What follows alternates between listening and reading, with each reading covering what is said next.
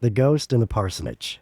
When Reverend James Holloway accepted his new position at St. Michael's Parish, a small church on the edge of Dartmoor, he had little idea of what awaited him. The vicarage, a modest stone building nestled among the rolling moors, was far from the stately residence his wife had envisioned. With its cramped rooms and low ceilings, it was barely distinguishable from the cottages of the surrounding villagers. Determined to make it a comfortable home for his family, James set about making renovations. The single sitting room was extended into a respectable dining space. A new drawing room was added for entertaining guests, and 2 additional bedrooms were built upstairs. His wife, Margaret, and their daughters were pleased with the changes, delighting in the improved space and light. However, there was one occupant James had failed to consider: the spirit of his predecessor. The old vicar, Reverend Arthur Pembroke, had lived in the house for decades, outliving his family and spending many of his last years alone. He had been a reserved man, known for pacing the length of his sitting room in a worn dressing gown and slippers, staring into the fire with unreadable eyes. He had never liked change, and it seemed he was unwilling to tolerate it now. At first, the disturbances were subtle.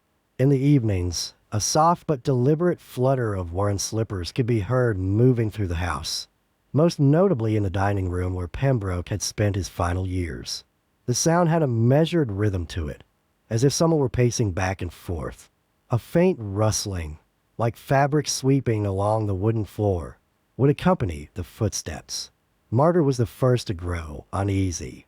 Their daughters complained of a chill in the air, and the servants whispered among themselves. Before long, the unease turned into outright fear. The footsteps persisted each night, from dusk until the early hours of the morning. The servants handed in their notices one by one, and replacements were impossible to find.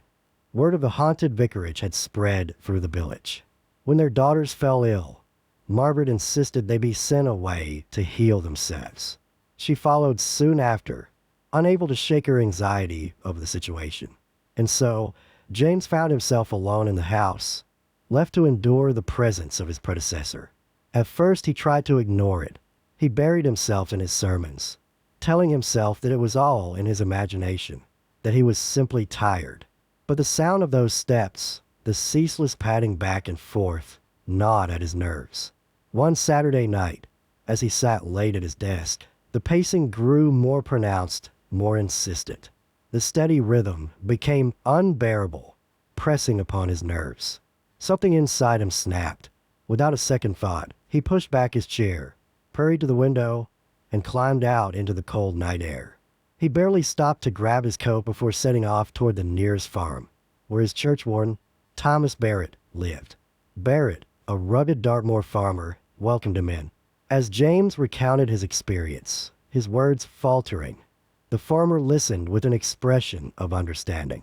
When James hesitantly suggested that his nerves were simply playing tricks on him, Barrett shook his head. "It's not your nerves, Vicar," he said firmly. "It's old Pembroke. Never could stand change, and he won't take kindly to you shifting things about. He needs to be laid to rest proper-like.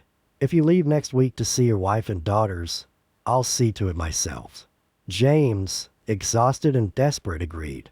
A week later, Barrett assembled a group of 7 clergymen, each armed with a candle and a determination to put the restless spirit to rest.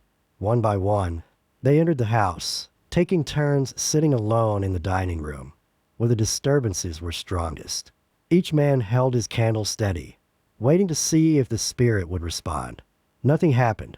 The candles burned down naturally, their flames undisturbed. 6 of the 7 clergymen emerged, shaking their heads. Then came the 7th, a young scholar from Oxford, unfamiliar with the old vicar and unburdened by past acquaintance, took his seat. As soon as he stepped into the room, his candle flickered violently, and then, as if snuffed out by an unseen breath, it went out entirely. Barrett and the others exchanged glances. This was the man for the task. The young scholar did not hesitate. He set about his work, reciting the necessary rites and invoking prayers to bind the spirit.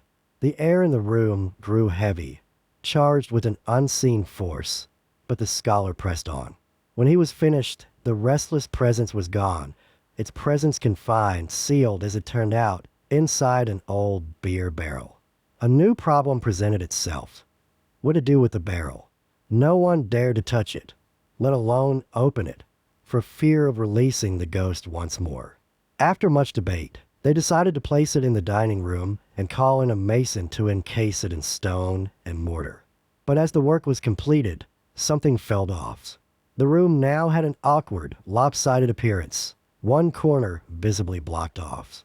To remedy this, and to further obscure the exact location of the barrel, they decided to seal off the remaining 3 corners as well. The result was an oddly shaped but symmetrical space, the presence of the ghost now lost within the masonry. From that day forward, the disturbances ceased. The house grew quiet, no longer plagued by the soft tread of unseen feet. Servants returned, the family moved back, and life resumed as normal.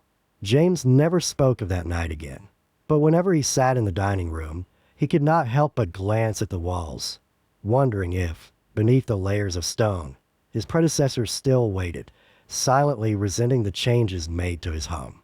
The vicarage, however, was never haunted again.